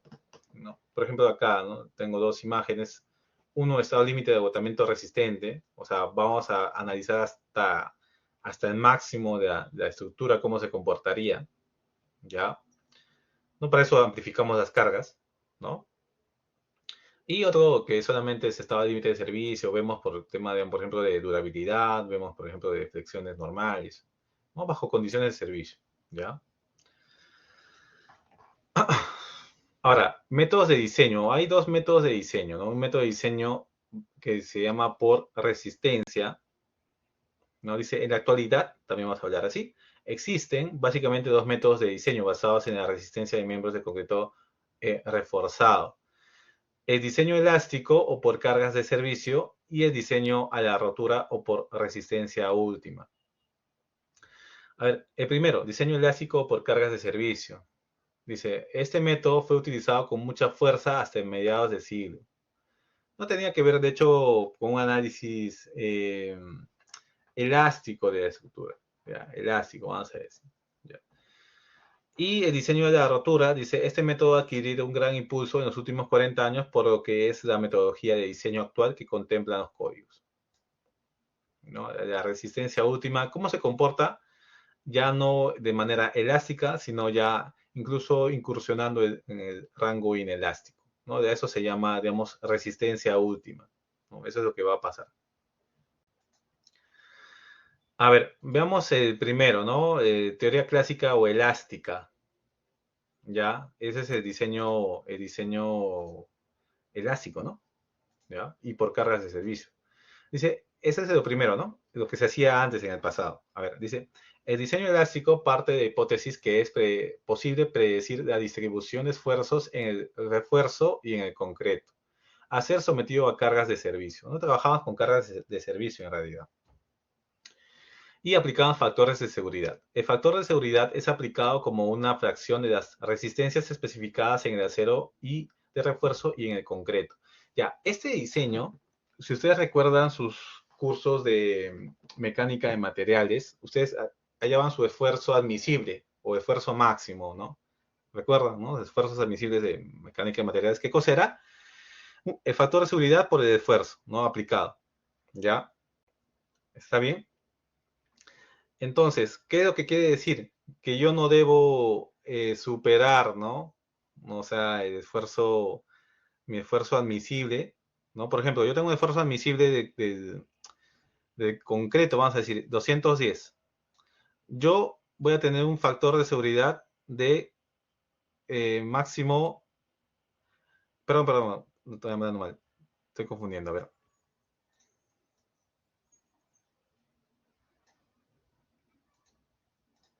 El esfuerzo específico, perdón, el esfuerzo admisible es el factor de seguridad, que en este caso será 0.45 por el F'C, ¿no? O sea, F'C es el esfuerzo específico, o sea, 210, ¿no?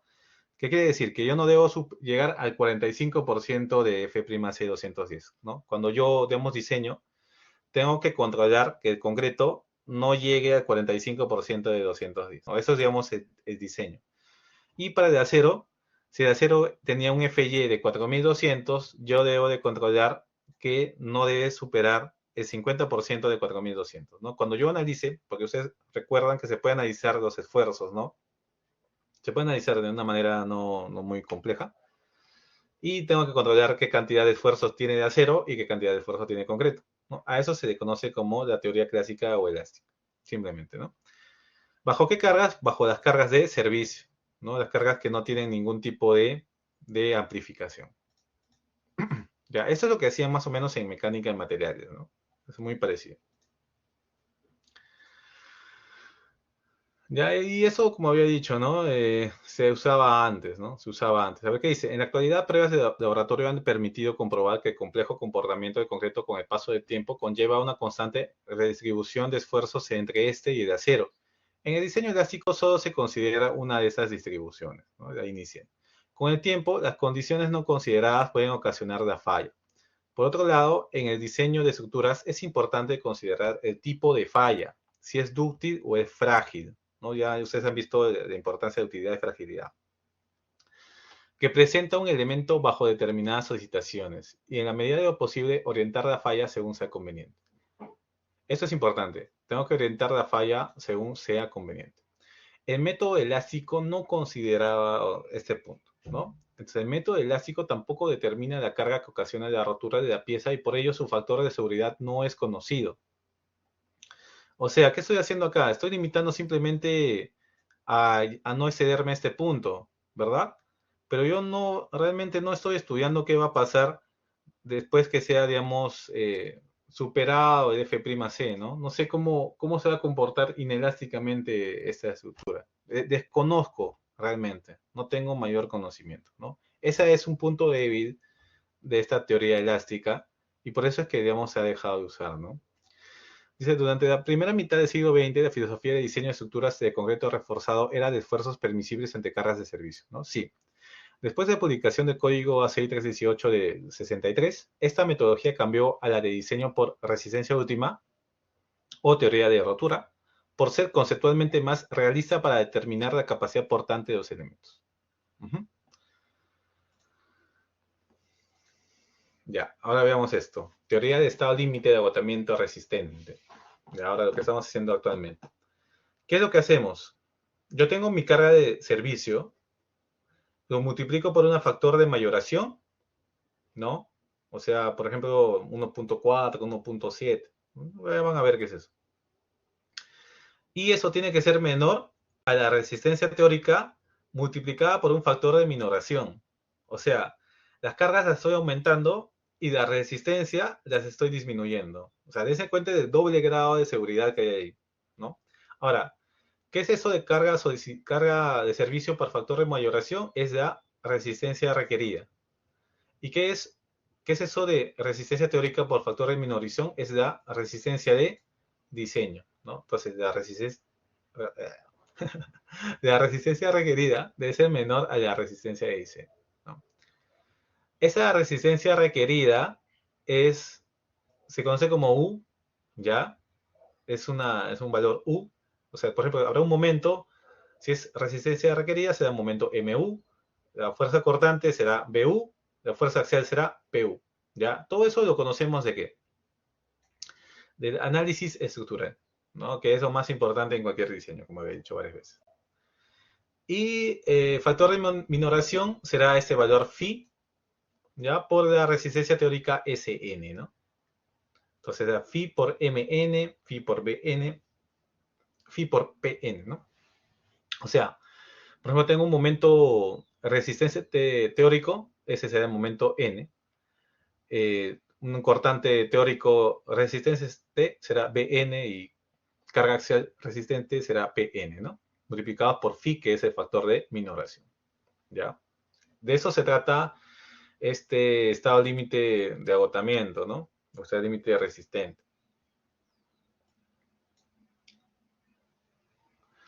A ver, vamos a leer. Dice, este método toma en consideración el comportamiento inelástico del acero y del concreto y por lo tanto se estima mejor la capacidad de carga de la pieza. Algunas desventajas de este procedimiento son las siguientes. A ver. El diseño por rotura permite controlar el modo de falla de una estructura compleja considerando la resistencia última de las diversas partes del sistema. Algunos elementos se diseñan con menor margen de seguridad que otros para inducir su falla primero. Ajá. Dense en cuenta esto, ¿no? ¿Qué hago? Por ejemplo, como les había indicado en clases anteriores, es mejor diseñar las vigas menos resistentes que las columnas, ¿no? Con el fin de que, digamos, si es que va a fallar, primero falle la viga, después la columna. Después, permite obtener un diseño más eficiente, considerando la distribución de esfuerzos que se presenta dentro del rango inelástico. También, ¿no? Conocemos de alguna forma cómo se comporta en el rango inelástico. Este método no utiliza el módulo de elasticidad de concreto, el cual es variable con la carga. Esto evita introducir imprecisiones en torno a este parámetro. Importantísimo. No utiliza el módulo de concreto. ¿Por qué? Porque si yo veo un curva de esfuerzo de formación de concreto, va cambiando, pues porque, ¿no? Esto va cambiando, ¿no? A medida que voy, digamos, introduciéndome en diferentes cargas, va cambiando el módulo de elasticidad, ¿no? Por eso es que no lo utiliza. Ya, no lo utiliza.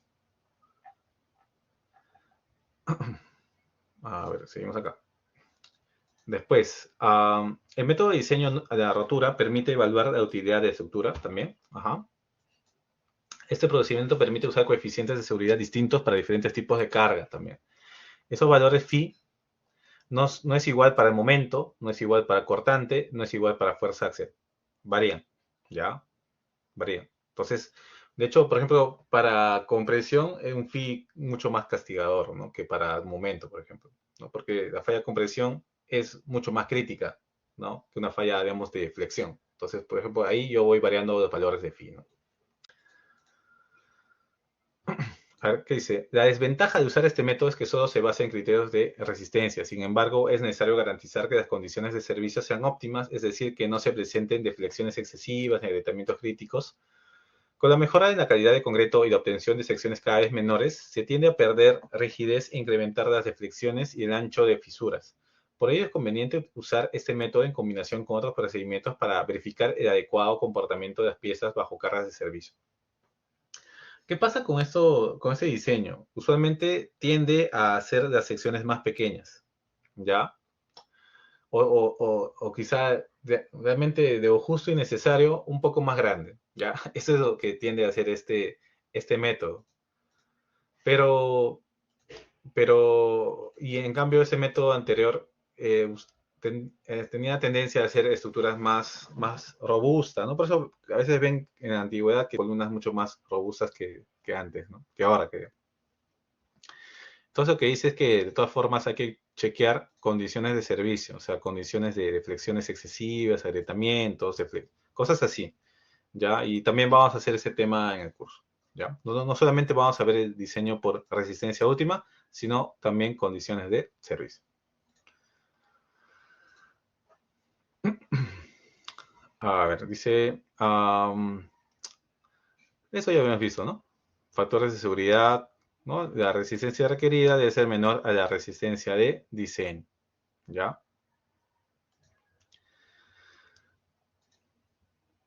A ver, consideraciones sobre resistencia. Dice, a menudo en el diseño es necesario evaluar los límites posibles, superior e inferior de la resistencia probable de los componentes estructurales. Las estructuras reales contienen variaciones en las resistencias de concreto y de acero respecto de los valores especificados. Y hay variaciones inevitables en las medidas específicas debido a tolerancias constructivas. Por otra parte, se han hecho ciertas suposiciones en la deducción de las ecuaciones de la resistencia, por lo que es difícil calcular con exactitud la resistencia real de una estructura. Sin embargo, es posible definir niveles de resistencia probable de los miembros, las que se pueden utilizar en distintos tipos de diseño. Ahora, definamos los niveles de resistencia ideal, resistencia confiable y resistencia probable. A ver. Resistencia ideal, SI. ¿Ya? La resistencia ideal o nominal de una sección de un miembro SI se obtiene teóricamente prediciendo el comportamiento de falla de la sección de la geométrica. Perdón, de la geometría supuesta de esta y de las resistencias especificadas de los materiales. La mayor parte de este curso se ocupa de la deducción de la resistencia ideal, con la que se pueden relacionar en forma conveniente otros niveles de resistencia. ¿Ya? Vamos a, digamos, a conocer esta resistencia ideal o nominal. No, sobre todo vamos a llamarla nominal. ¿Ya? Resistencia nominal. ¿No? Esto no está afectado por ningún factor de minoración. ¿Ya? La resistencia nominal. Hay una resistencia confiable. En las recomendaciones de resistencia de la primera sección se aclaró el propósito de factor phi de reducción o de capacidad. El factor de reducción de capacidad permite relacionar la resistencia confiable con la resistencia ideal. O sea, esos factores tienen que ser menores a 1. ¿Qué voy a hacer? Voy a multiplicar la resistencia nominal ideal por un valor de minoración, ¿no? Phi. Ya. Y la resistencia probable, dice, la resistencia probable se toma SP en consideración que la resistencia de los materiales generalmente son mayores que las resistencias especificadas. Por ejemplo, la resistencia de adherencia de acero puede ser hasta 20% mayor que la especificada y la de concreto hasta 30% o incluso superior a una edad mayor o si el material se comprime triaxialmente, o sea, está confinado. Mediante pruebas rutinarias se pueden obtener las resistencias probables de los materiales, pruebas que normalmente se desarrollan durante la construcción de la estructura. Si la información se requiere en la etapa de diseño, esta se debe basar en la experiencia previa tenida de los materiales. Se puede relacionar la resistencia probable con la resistencia ideal mediante la expresión siguiente, ¿no? ¿Ya? Un FIPE por SI. Ese FIPE obviamente tiene que ser mayor a 1. Ya, esto se va a tomar en cuenta en análisis de no lineales, análisis de desempeño, análisis de vulnerabilidad, ya, esa resistencia probable, ¿no? En el curso, básicamente, solamente vamos a estudiar la resistencia confiable y la resistencia ideal, ya, o nominal. No vuelvo a indicar, cuando hagan su análisis no lineal, tienen que tomar la resistencia probable, ¿no? Ya. En el curso no lo vamos a ver.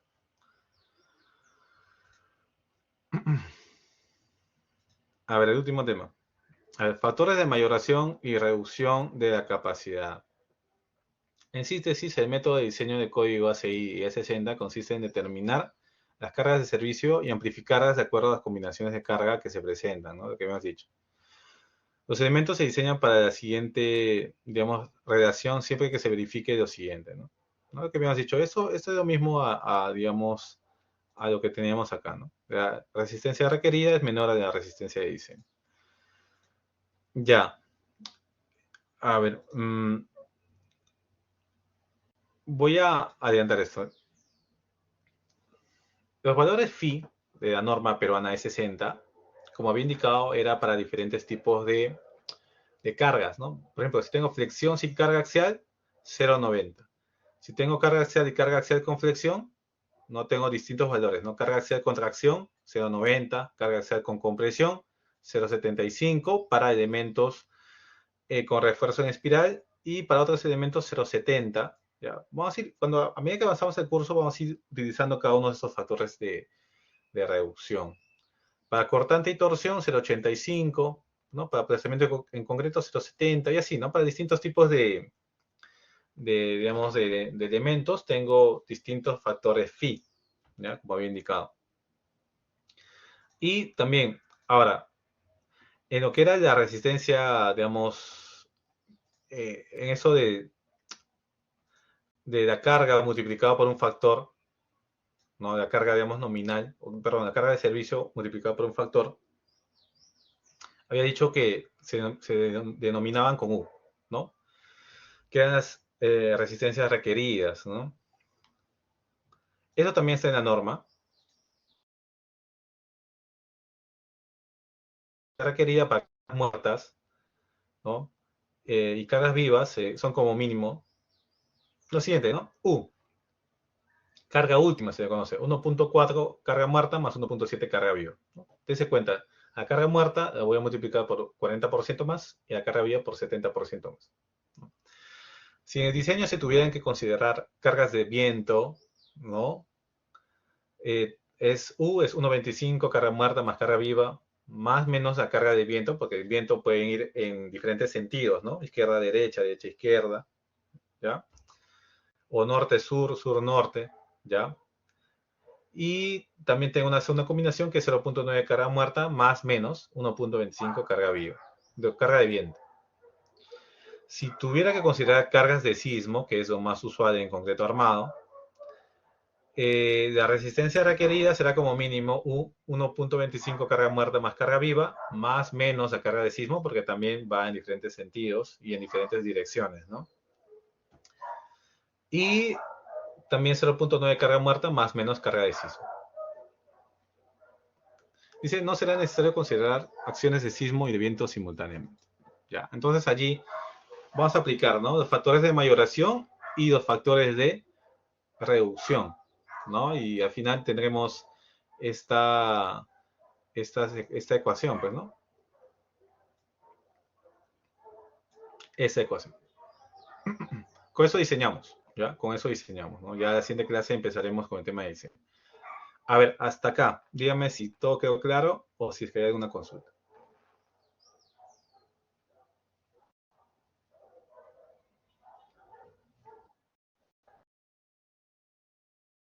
Uh-huh. Uh-huh. Todos están claros, están felices, Luis. Ya, está bien. Bueno, si todo está claro, me alegro mucho porque sé que es bastante información. Ya me cansé ya hablando tanto.